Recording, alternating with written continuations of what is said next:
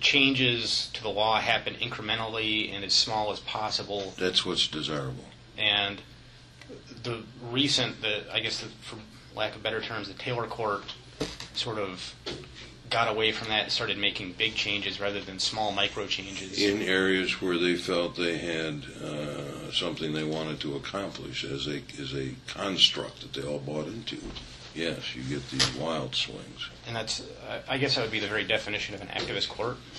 I think you could use those terms safely. I don't want to be picking fights here necessarily with people I'm going to be working with, but it clearly is an activist, overture. Yeah. How much of because I think that most people, when they look at that, I guess this kind of gets into that misperception on how the court system works.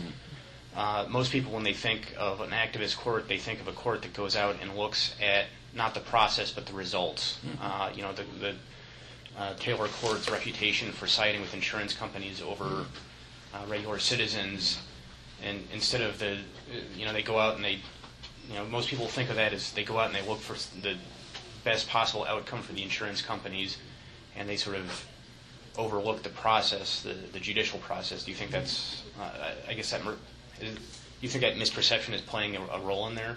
Well, I think what occurs is that you start to use the process to tailor it to arrive at the result you want to arrive at. And it should not be that way. You should not have a predetermined outcome, but rather the outcome should be determined by the laws that exist and the facts as they're presented to you in each case. Here we're saying there's a kind of almost a policy matter in given areas.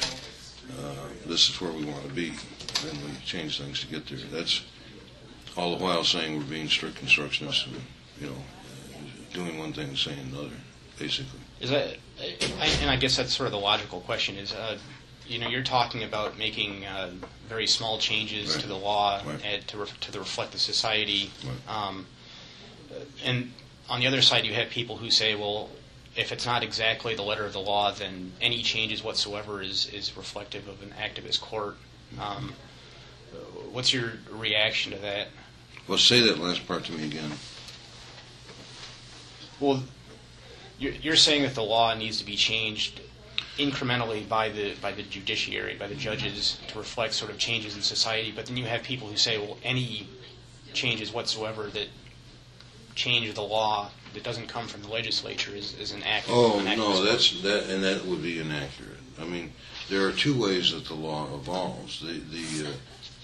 By far and away, the largest body of law is the common law, which comes to us from England, and that simply was people trained in the law, going in case by case, evolving principles that would solve the problems of the day. And when we started out, we're talking about farmers and sheep knocking down fences and drinking somebody else's water, or polluting it, or whatever. So these guys would literally travel around, and in each place where you're seeing the same type of case, then you start getting some principles so that people knows what occurs and what your responsibilities are. And that broadens out as things change in society, and it's judge-made, jury-made, decisional law. That's the common law, and it's a very large part of the jurisprudence of the Western world, English-speaking world. And then you have the statutory law of the legislative bodies, but they have been in existence far less time, of course, than the need for the common law, and the two side together. Now, the statutes are given precedence over the common law if they change the common law. So if the legislature says, the legislature is presumed to know what the law is, they say, sure, we know what the law is in this area, but we are now making a legislative change using our power given to us by the people because we think that needs to be done. In that circumstance, then the legislative pronouncement trumps the common law, and that can be changed by the legislature.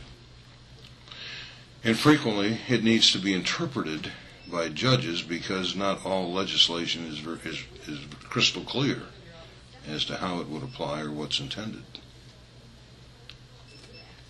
And so we can get into a lot of wrangling there. Is your interpretation correct? if it differs from mine.